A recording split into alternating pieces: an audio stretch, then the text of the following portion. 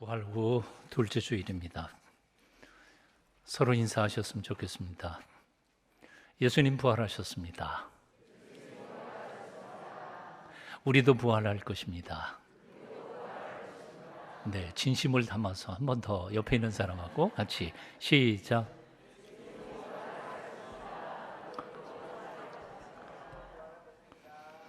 오래전에 새파란 신학생 시절에 그 자리에 앉아서 저 뒷자리에 기억합니다. 그게 바로 44년 넘은 것 같은데요. 이제는 교회 은퇴까지 해놓고 설교를 이 강단에서 하게 되니까 정말 감개무량하고 하나님의 은혜에 감동입니다. 작년, 재작년에 은퇴하고 지금은 경기도 광주에 있는 진색골에서 영성훈련을 하고 있습니다. 기도 많이 해주시면 좋겠습니다. 가까운 데서 늘 여러분 지켜보면서 목회하면서 행복했는데 이렇게 또 뵈니까 반갑습니다. 잠깐 기도하겠습니다. 거룩하신 하나님, 130년의 전통 위에 복음의 놀라운 역사가 이루어가는 이 연동교회를 하나님 기뻐하여 주신 것 감사합니다. 앞으로 더욱더 이 교회를 통하여 또 목사님들과 그리고 사랑하는 성도들을 통하여 하나님이 크게 영광 받으시고 기뻐하시는 제단이 되게 도와주시옵소서. 부족한 종을 세우셨습니다. 책임져 주시옵소서. 예수님의 이름으로 기도합니다. 아멘. 마리아가 부활하신 주님을 만났던 바로 그날 오후였습니다. 예루살렘을 떠나 엠마오로 내려가던 두 제자가 있었습니다. 그들은 일주일 전 예수님께서 예루살렘 성으로 입성하실 때 세상이 금방 바뀔 줄 알았습니다. 로마군은 물러가고 부피한 대제사장, 서기관, 사두개인들의 행패는 하나님 앞에 여지없이 심판을 받고 그렇게 학수고대하던 다윗의 왕조가 다시 세워지리라고 기대에 부풀어 섰습니다. 하지만 어이없게도 예수님은 십자가에 못 박혀 죽으시고 세상은 아무 일도 없었던 듯이 사흘이 지나가 버리고 말았습니다. 기대했던 다윗 왕조의 부흥도 메시아의 개혁도 다 물거품이 되어버리고 말았습니다. 모든 게 다 끝장나 버린 것입니다. 그런데 이 판국에 정신없는 몇 명의 여자들은 예수께서 부활하셨다는 엉뚱한 소식들을 전하면서 예루살렘을 발칵 뒤집어 놓고 있었습니다. 그래서 그들은 차라리 예루살렘을 떠나는 것이 낫겠다 생각하고 엠마오 집으로 돌아가고 있었습니다. 감리교단이 글을 잘 쓰는 이 현주 목사가 이들의 마음을 정말 잘 표현해서 써놓았습니다. 제가 몇 줄 읽어드립니다. 참으로 견딜 수 없는 일이었다. 우리의 모든 꿈이요 희망이던 그분이 우리가 보는 앞에서 그렇게 죽어갔다. 그래서 우리는 예루살렘을 등지기로 했다. 우리를 배신해버린 예루살렘, 그분의 시체마저 없어져버린 예루살렘. 우리가 거기 더 머물러 있을 필요는 어디에도 없었다. 하늘이 버린 도시, 땅마저 버린 공허한 도시. 우리는 삶의 의미도 수단도 목적도 모두 다 잃어버리고 빈 껍질이 되어 무거운 걸음으로 엠마오로 가고 있었다. 엠마오로 내려가는 25리길, 일주일 전에 올라갈 때에는 환희에 넘쳤던 그 길이 돌아 내려가는 지금은 모든 희망이 꺼져버린 절망의 길이었습니다. 어깨는 축 처지고 사랑은 잃은 슬픔으로 발걸음을 무거웠습니다. 그런데 그때 예수께서 그들에게 다가오셨습니다. 오늘 15절입니다. 저희가 서로 이야기하며 문의할 때에 예수께서 가까이 이르러 저희와 동행하시나. 예수께서 가까이 이르러 저희와 동행하시나.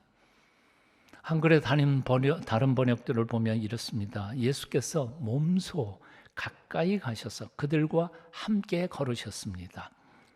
또 다른 번역은 이렇게 써 있습니다. 예수께서 가까이 다가가셔서 나란히 걸어가셨습니다.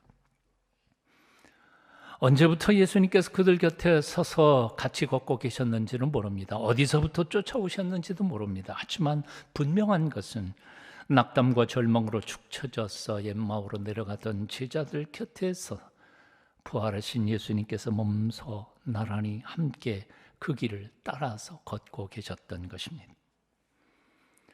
여기 성경에서 동행했다라는 말은 헬라어 원전에서 미완료 동사인데 과거에 반복되는 진행의 동작을 얘기하고 있습니다. 무슨 뜻인고 하니 예수님께서 잠깐 걸으시다가 그냥 사라져버린 게 아니라 처음부터 끝까지 계속해서 함께 나란히 걷고 계셨다는 사실입니다.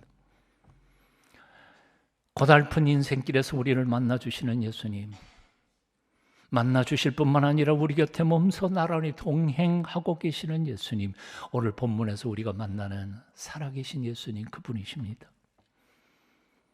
청년 시절에 처음 예수님을 믿게 된 그 순간에 제가 눈물을 뿌리면서 찬양했던 찬양이 하나 있습니다. 지금 우리 찬송가에는 없어져 버렸습니다. 너무 아쉬운 찬양. 옛 통일 찬송가 494장이었는데요. 나 죄 중에 헤매며 다녔지만 날 버리지 않으신 믿습니다. 나 가는 길 주께서 지키시며 늘 동행해 주시네. 주 언제나 나 함께 늘 동행해 주시네. 주 날마다 내게 이김 주고 늘 동행해 주시네. 주 나에게 큰 영광 보이려고 늘 평안한 그 길로 이끄시네. 나 주님의 손 굳게 잡으리니 늘 동행해 주시네. 주 언제나 나 함께 늘 동행해 주시네. 주 날마다 내게 이김 주고 늘 동행해 주시네. 자기 자신도 유대인이면서도 같은 유대인들에게 천대 따돌림을 받았던 한 사람이 있었습니다. 삭개오 제사장입니다. 제사장은 세리장입니다. 세리장 삭개오. 여리고로 들어가시면서 예수님께서는 환영하는 많은 무리들 중에는 시선을 두지 않으시고 오히려 꼭 한 사람, 삭개오를 바라보시면서 이렇게 말씀하셨습니다. 삭개오야, 내려와라. 오늘 내가 내 집에 유하리라. 평생 죄책감으로 살던 부정한 여인이 남들 눈을 피해서 한낮에 물길로 나갔습니다. 그런데 주님께서는 바로 그 여인을 만나기 위하여 우물가에 기다리고 계셨습니다. 하룻밤에 3번씩이나 주님을 부인하고 죄책감을 고민했던 베드로 만나기 위하여 예수님께서는 새벽 오이러 미명에 갈릴리 바닷가로 나아가셨습니다. 오늘 본문에서도 예수님은 엠마오로 내려가던 두 제자와 함께 25리를 나란히 동행하고 계셨습니다. 여리고에서 삭개오를 만나 주신 예수님, 수가성에서 부정한 여인을 만나 영생수를 선물하신 예수님, 베드로를 만나라 갈릴리 바닷가로 찾아가신 예수님, 엠마오로 내려가던 주 제자와 동행하신 예수님, 그 예수님께서 오늘 아침에도 이 예배 가운데 눈에는 보이지 않지만 영으로 우리를 만나러 오심을 믿으십시오. 믿으십시오.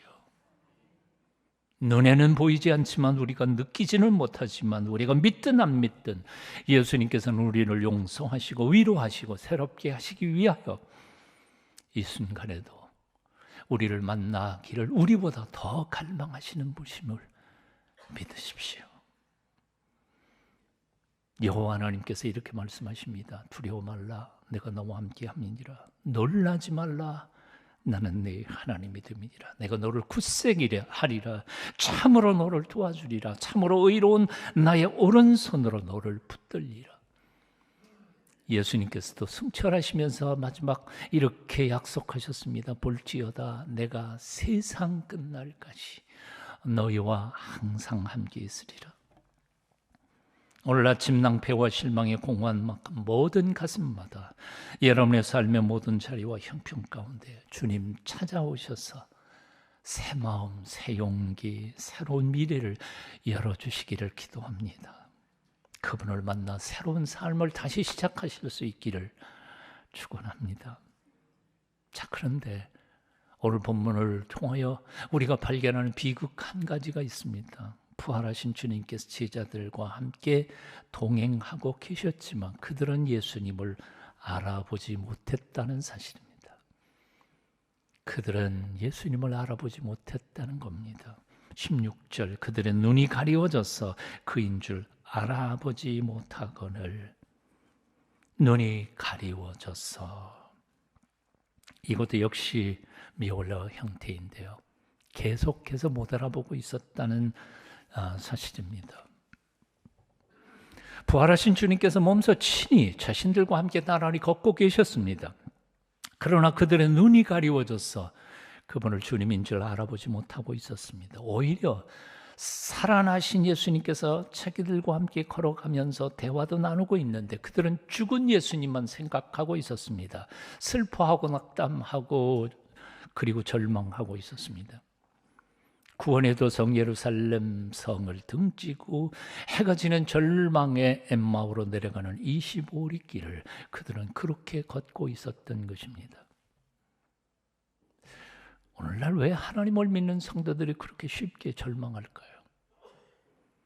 왜 그렇게 미래를 걱정하고 살까요? 두려워할까요? 왜 그렇게 쉽게 낙심이 될까요? 이유는 간단합니다. 지금 내 곁에 계시고 나를 지켜주시는 그 하나님, 눈이 가려워져서 보지 못하고 있기 때문에 그렇습니다. 주님께서 지금도 나와 함께 계신다는 사실을 깨닫지 못하기 때문에, 지금도 나를 전능하신 능력으로 보호하고 계신다는 사실을 믿지 못하기 때문에 그렇습니다. 영적 무지가 마음의 눈을 가리고 불신, 믿지 못하는 마음이 심령을 어둡게 하기 때문입니다. 41년 목회를 했습니다. 교인들과 함께 신앙생활을 했지만 교인들 중에 정말 하나님 예수 그리스도께서 임마누엘 하나님이시고 나와 함께 계신다는 사실을 온전히 믿고 하나님이 주시는 평안 가운데 살아가는 그리스도인들은 그렇게 많지 않았습니다. 전능하신 하나님을 아버지라고 입으로 고백하고 부르면서도 여전히 그들은 불안해합니다. 두려워합니다. 걱정합니다. 오늘 예배 중에 오신 여러분들 중에는 얼마나 많은 이들이 그런지 모르겠습니다. 헨리 나우에는 Here and Now라고 하는 책을 썼습니다. Here and Now. 한글로 번역하면서 이렇게 번역했습니다. 여기 지금 우리와 함께 계시는 하나님. 나는 그 번역이 너무 잘 됐다고 생각합니다. 여기, 딴 데 아니에요. 지금. 앞으로 내 죽은 다음에 천당 가고 거기서 만날 하나님이 아니고 지금 우리와 함께 계시는 하나님. 믿으십니까? 내 마음의 눈이 가려져서 느끼지 못하고 볼 수 없을 뿐 하나님이 여전히 임마누엘 하셔서 우리와 함께 계신 걸 우리는 믿습니다. 그런데 오늘 본문 그들의 눈이 가리워져서 그인 줄 알아보지 못하거늘 비극이지요. 너무나 슬픈 이야기입니다. 믿음이 있다면서도 믿지 못하는 그리스도인들의 슬픈 신앙생활이 계속되고 있는 것을 봅니다. 날 때부터 시각장애인이었던 어린아이가 있었습니다. 의술의 발달로 15살이 되는 해에 수술하여 눈을 뜨게 되었습니다. 새롭게 눈을 뜨고 보는 세상은 너무도 황홀하고 아름다웠습니다. 소녀는 엄마에게 이렇게 말했습니다. 엄마, 이렇게 아름다운 세상이 있다고 왜 말해주지 않았어? 엄마가 울먹이며 이렇게 말했습니다. 왜 내가 말해주고 싶지 않았겠니? 왜 내가 말해주고 싶지 않았겠니? 내가 아무리 잘 설명을 해도 내가 그것을 어떻게 알 수 있었겠니? 믿을 수 있었겠니? 아무리 설명을 잘해도 불신의 마음으로 눈꺼풀이 덮인 사람에게는 주님의 임재가 보여지지 않고 믿어지지 않는 법입니다. 느껴지지 않는 법입니다. 전능하신 하나님의 그 놀라운 보호와 축복과 은혜를 믿을 수 없는 법입니다. 오늘 아침 여러분들의 닫혔던 눈꺼풀이 열리기를 기도합니다. 성령님의 감동과 역사를 통해 불신의 마음이 녹아지기를 기도합니다. 그래서 오늘 우리를 새롭게 하시는 주님의 능력을 체험하시기를 축원합니다. 믿음의 눈을 여십시오. 불신의 눈꺼풀을 벗으십시오. 그래서 육신의 눈으로는 볼 수 없는 세계, 인간의 이성으로는 헤아릴 수 없는 하나님의 놀라운 영적 축복의 나라를 바라보며 신앙생활을 다시 시작하는 오늘 이 아침 되시기를 축원합니다. 오늘 본문 16절에서 눈이 가리워져서란 말은 수동태입니다. 그리고 31절에 저희 눈이 밝아져서, 이것도 수동태입니다. 수동태라는 말은 능동, 자신이 할 수 있는 게 없고 누군가가 해줬다는 거죠. 즉 다시 말하면 우리가 눈에 가리워진 것도 내가 가리고 싶어서 가린 게 아니라 뭔가가 내 눈을 가려버린 거죠. 마음의 눈을 가려버린 겁니다.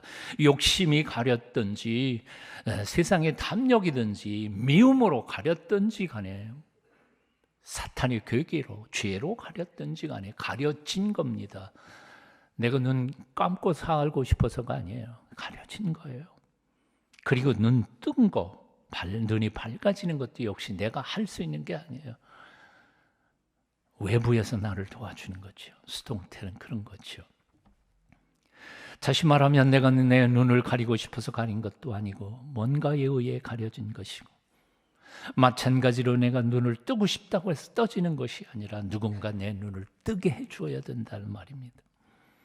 내 눈을 가리고 있는 것을 열고 바라볼 수 있게 되는 것은 나의 결심한다고 될 일이 아니라는 거지. 저의 스승이었던 리처드 포스터 교수님은 의지의 숭배라는 말을 했어요. 예수 믿는 사람들이 다시 해보자, 다시 해보자. 자기 의지로 해보는데 안 되는 게 틀림없어요. 이제부터 기도할 거야. 이제부터 큐티하고. 밤낮 결심해도 안 되더라는 거예요. 의지로 되는 게 아니기 때문에 그래요. 오직 하나님의 은혜의 손길이 내 심령에 닿아야만 하고, 동시에 그 하나님의 은혜의 손길이 닿을 때 보기를 열망하는 내 속에 갈급한 내 심령이 하나님의 은혜의 손길과 내 뜨거운 갈급한 심령이 스파크를 만날 때 눈이 떠지는 거죠. 번개치는 거하고 똑같은 거죠. 그래서 마음의 눈이 열리기 위해서는 두 가지 조건이 필요합니다. 첫째, 하나님의 은혜의 손길이 우리의 심령을 만져주셔야 합니다.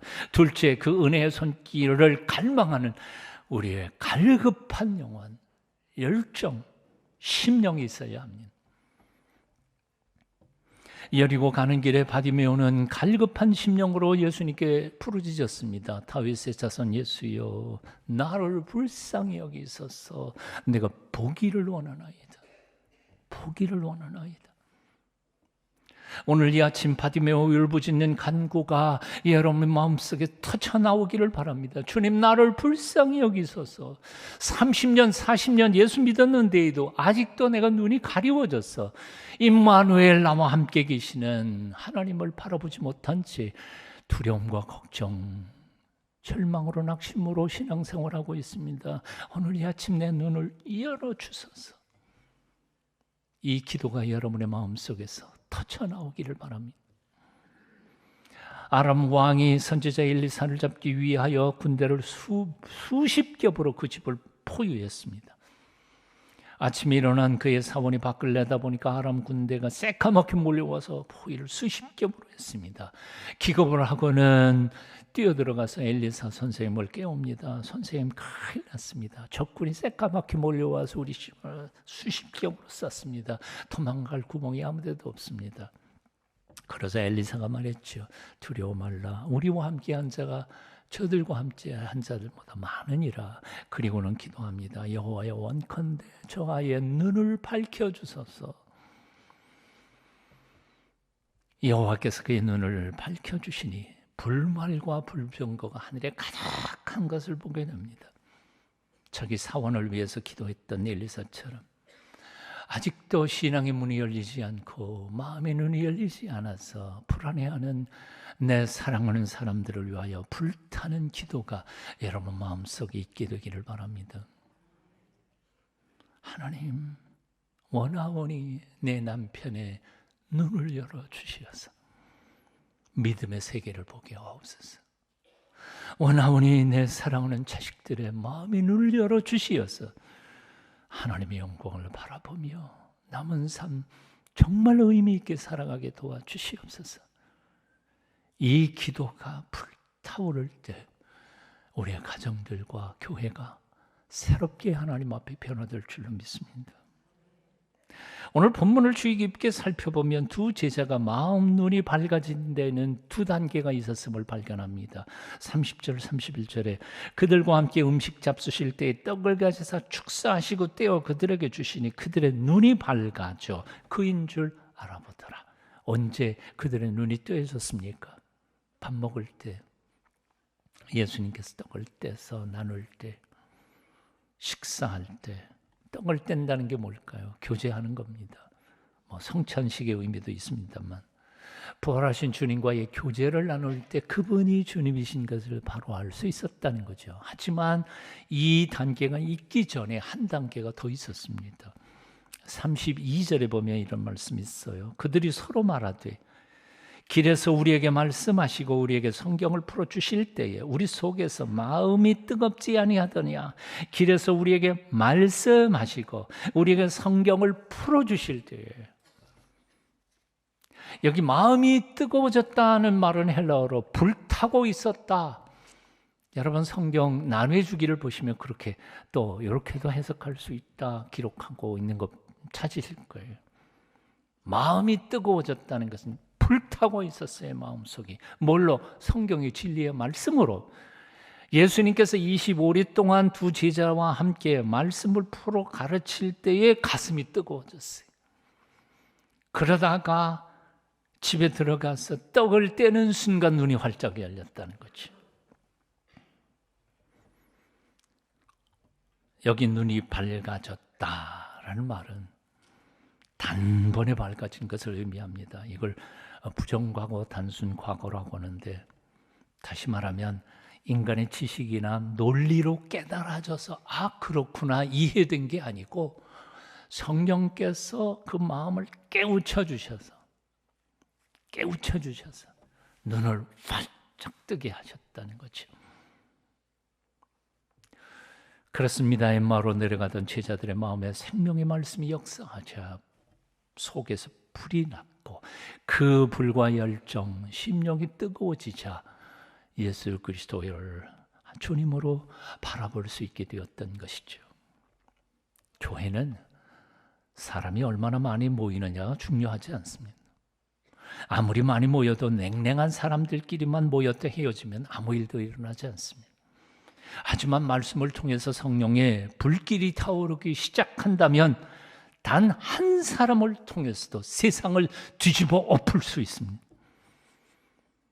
교회는 그래서 세상에서 실패한 사람들이 와가지고 그저 위로나 받고 눈물 뿌리면서 하나님의 치유만 경영하는 일종의 병원 아닙니다. 그런 요소도 있기는 있지만 그건 다가 아닙니다. 말씀을 통해서 우리를 뜨겁게 하시고 살아있는 우리와 함께 계시는 하나님을 만나서 성령의 불덩어리가 되어 세상으로 나아가 세상을 뒤바꾸는 그런 교회가 진정한 하나님의 교회입니다. 이 교회가 그런 교회가 되시기를 기도합니다. 여러분 심령에 하나님의 말씀을 사모하는 마음으로 불타오르기를 원합니다. 말씀을 들을 때마다 성령께서 여러분의 가슴에 거룩한 불을 붙여주시기를 축원합니다. 그 말씀으로 우리 가운데 오시는 주님을 온전히 만나 뵙고 삶이 변화되기를 기원합니다. 자, 말씀으로 가슴이 뜨거워지고 눈이 열려 부활하신 주님을 만난 제자들은 더 이상 거기 머물러 있을 수가 없었습니다. 33절입니다. 곧 그때로 일어나 예루살렘에 돌아가 보니, 29절에 보면 때가 저물어 날이 기울어 갔다고 표현했습니다. 그러니까 저녁입니다. 더 이상 갈 수가 없어요. 그래서 거기서 유숙하자고 예수님께 말씀했던 거죠. 그러고도 거기서 저녁을 먹었습니다. 그러니까 아마 한밤중쯤 됐을 겁니다. 자고 가야 되는 거 아니에요. 하지만 그 순간에 예수님을 알아보고 예수님이 사라지시니까 그들은 거기서 잠자지 않았습니다. 그 길로 일어나 25리 길을 다시 그 오밤중에 예루살렘으로 걸어 올라갑니다. 마음의 눈이 열리고 가슴에 불이 붙은 두 제자는 더 이상 엠마오에 머물 수가 없었습니다. 밤을 다 타고 예루살렘으로 올라간 부활의 증인들이 되었습니다. 주님을 만난 사람들은 더 이상 엠마오에 머물러서는 안 됩니다. 예루살렘으로 돌아가야 합니다. 돌아가서 소식을 전해야 합니다. 담대한 용기와 희망을 가지고 어둠의 세상을 밝혀야 합니다. 부활의 주님을 만난 사람들에게는 한밤중도 밤중이 아닙니다. 한낮일 수 있습니다. 신앙인들은 머물러야 할 장소와 떠나야 할 장소가 있습니다. 혹시 요즘 예루살렘을 떠나 불신앙의 자리로 내려가던 제자들처럼 자꾸 세상으로 내려가고 계시지는 않는지요? 신앙생활이 너무 힘들다고 신앙의 터전을 떠나 자꾸 엠마오로 내려가고 있지는 않는지요? 돌아보십시오. 죄의 자리를 속히 떠나십시오. 은혜의 자리를 굳게 지키십시오. 좌절과 절망으로 옛생활 엠마오로 가던 발길을 돌리십시오. 고난과 험난한 역사의 한복판인 예루살렘이지만 바로 그곳에서 내가 만난 예수 그리스도를 전하는 하나님의 사람들, 부활의 증인들이 다 되시기를 축원합니다. 프랑스 최고의 작가가 있었습니다. 많은 사람들이 그의 글을 칭찬하고 격려하기를 아끼지 않았지만 개인적으로 그의 사생활은 물러날 짝이 없었습니다. 작품을 쓰는 시간 이외에는 타락과 방종과 주벽, 술로 소일을 했고, 그래서 가족들조차도 그를 만나기를 꺼려했습니다. 술만 취하면 가족들에게 고함을 질러댔고 폭력을 행사했고, 가족을 사랑했으면서도 사랑하는 방법이 서툴렀습니다. 그러다가 1841년 여름 자기 목숨보다 더 사랑했던 딸 레오폰티느가 세이느 강에서 자살한 익사체로 발견됩니다. 싸늘한 시체로 강변에 누운 딸의 얼굴을 흰천으로 덮으면서 그는 오열합니다. 내 죄악에 대한 하늘의 심판이다. 죽은 것은 내 딸 레오폰티느가 아니라 천하의 죄인 나의 죽음이다. 그는 그날로 방탕한 삶을 청산합니다. 경건 훈련을 쌓으며 신실한 삶을 시작했습니다. 딸의 희생을 통해 사랑과 용서의 소중함을 깨닫고 자신의 어두운 과거를 털어보며 불후의 명작을 하나 남깁니다. 레 미제라블 쓴 빅토르 위고라고 하는 사람의 이야기입니다. 빅토르 위고, 그는 돌아설 때 돌아설 줄 알았습니다. 그래서 과거의 어두운 실패를 딛고 주님의 거룩한 손길로 남은 삶을 아름답게 살아갈 수 있었습니다. 우리가 지난날 어떻게 살았든지 상관없습니다. 이제라도 돌아설 때 돌아설 줄 아는 사람이 되기만 한다면 우리는 주님 안에서 새로운 피조물이 될 줄로 믿습니다. 누구든지 그리스도 안에 있으면 새로운 피조물이라. 이전 것은 지나갔으니 보라 새 것이 되었도다. 오늘 그렇게 주님 안에서 새 피조물이 되어 남은 인생만큼은 하나님 보시기에 아름다운 삶 살게 되시기를 축원합니다. 기도하겠습니다.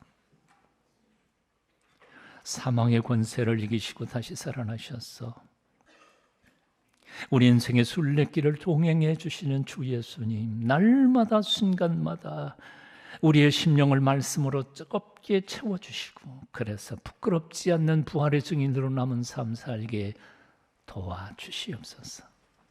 예수님 이름으로 기도합니다. 아멘.